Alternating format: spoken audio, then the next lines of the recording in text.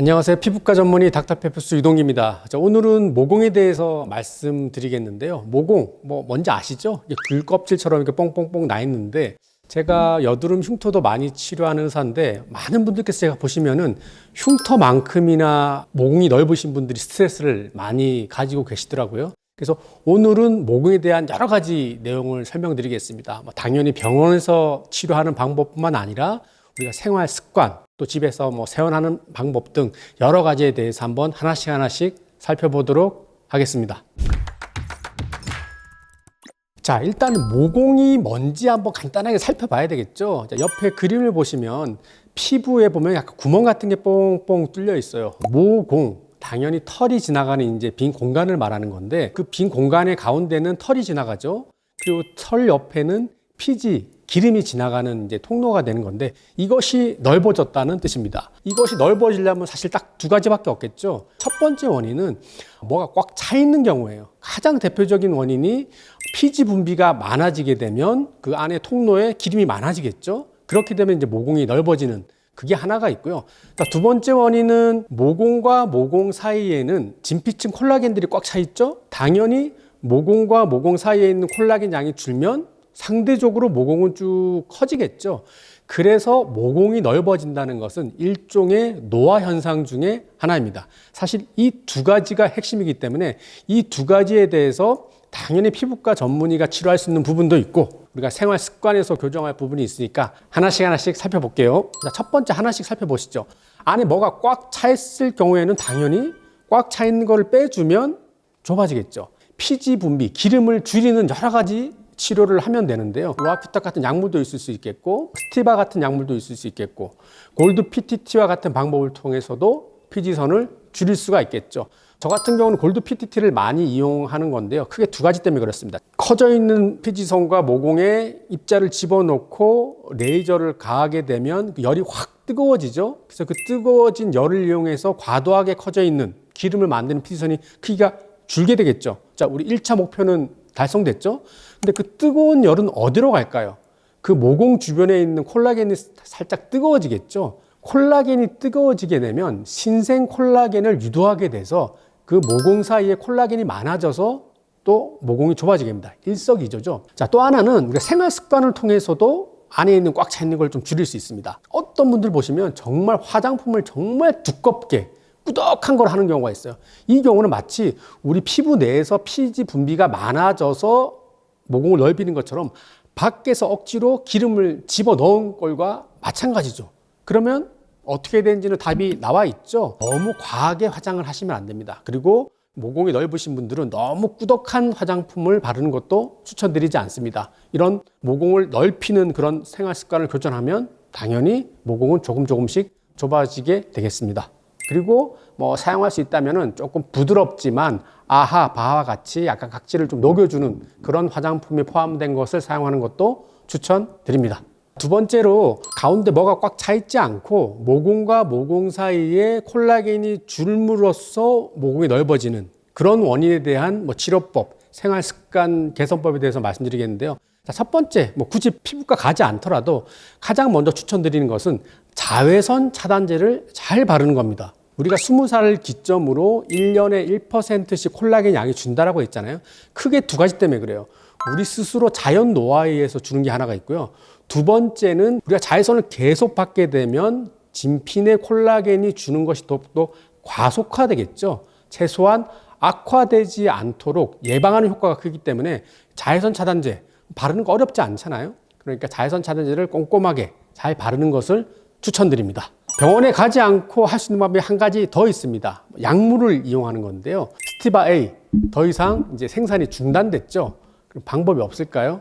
다행히 1세대 말고 가장 최근에 나온 4세대 약품이 나왔습니다. 자, 아크리프라고 하는 약물인데요. 이 약물은 스티바랑 거의 유사하게 콜라겐을 늘려준 효과가 있는데, 더 좋은 점은 스티바의 단점 중에 하나인 자극감이 기존에 비해서 확연하게 줄었다는 장점이 있습니다. 자, 그래서 지금 집에 스티바 가지고 있다면 남은 거 잘 바르시고, 다 쓰고 나면 아크리프를 바르는 것을 추천드립니다. 다음은 그러면 병원에 와서 할 건 없나요? 분명히 있죠. 병원에서 할 수 있는 방법 중에 하나는 콜라겐을 확실하게 늘리는 방법을 사용하면 됩니다. 자, 대표적인 게 시크릿, 버추 RF와 같은 바늘 고주파를 이용하는 것도 있고요. 피코 MLA, 사람들은 피코 프락셀이라 부르는데 그런 레이저를 이용해서 콜라겐을 늘릴 수 있습니다. 바늘을 찔러서 고주파를 주고 레이저를 쏴서 자극을 주는 건데 방식은 다르지만 치료 원리는 동일합니다. 진피층에 고주파를 위해서 미세하게 상처를 주거나 레이저를 통해서 작은 물리적 자극을 주면 진피 내에 살고 있는 섬유아 세포를 활성화시키고요. 이 활성화된 섬유아 세포들은 신생 콜라겐을 확 만들어내게 되죠. 그럼으로써 진피 내에 콜라겐이 많이 만들어서 진피가 치밀해지면 당연히 모공 입장에서는 좌우에서 콜라겐들이 쭉 미니까 좁아지는 효과가 있습니다. 사실 이 두 가지는 효과가 상당히 좋은 것 중에 하나인데요. 모공뿐만 아니라 푹 꺼져 있는 페인 흉터들, 대표적인 여드름 흉터죠. 이러한 경우에는 모공 치료 때보다 조금 더 강도를 강하게 하면 콜라겐 느는 속도가 더 많아지게 되고 꺼진 부분도 쭉 올릴 수 있을 정도로 콜라겐을 많이 생성하는 장비들입니다. 실제 환자 케이스를 보면서 한 번씩 하나씩 살펴보도록 하겠습니다. 자, 첫 번째 케이스입니다. 17세 여자 고등학생인데요. 이 학생은 여드름도 심하지 않고 피지 분비도 약간 있지만 사실 그렇게 심한 상태는 아니고, 그런데 모공은 유전 탓인지 약간 넓어져 있는 상태예요. 자, 이러한 경우에는 어떻게 치료하면 될까요?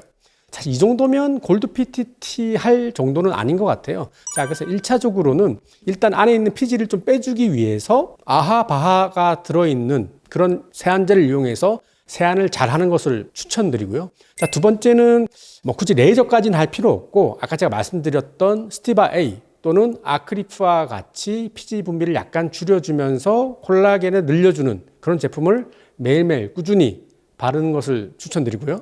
동시에 고등학생 스트레스 많이 받죠? 할 수만 있다면 좀 공부도 중요하지만 한 번씩 운동도 열심히 하고 땀을 쫙 빼서 스트레스를 좀 줄여준다면 모공도 같이 줄어드는 효과가 있을 겁니다.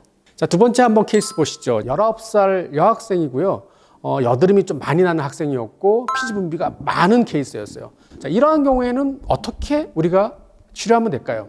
가장 확실한 것은 골드 PTT를 사용하는 건데요. 골드 PTT를 통해서 피지 분비를 줄이면 모공은 당연히 줄어들게 되겠죠. 그런데 아까 잠깐 말씀드렸지만 골드 PTT의 또 다른 장점 중에 하나는 피지 자체를 파괴시킨 열은 그 주변으로 퍼지게 되고 그 주변에 퍼지는 열은 그 모공 주변에 있는 콜라겐 생성을 자극하기 때문에 또 일석이조로 모공을 좁혀주는 그런 효과가 있습니다. 자, 다음 케이스 볼까요? 45세 여자 환자입니다.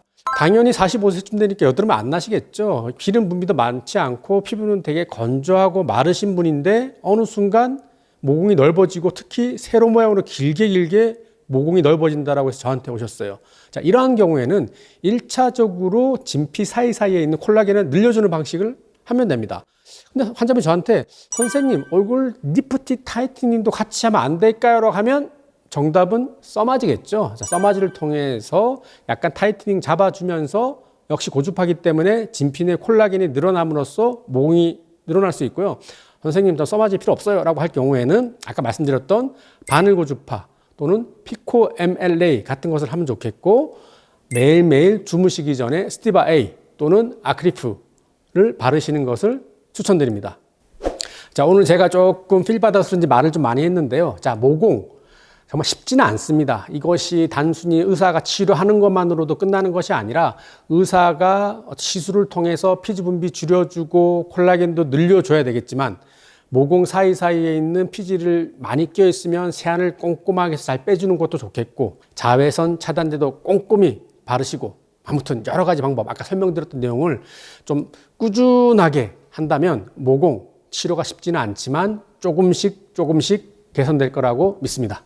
오늘 드린 말씀이 여러분들께 도움됐길 바라며 이상 여러분의 피부과 전문의 닥터페이퍼스 유동기 원장이었습니다. 감사합니다.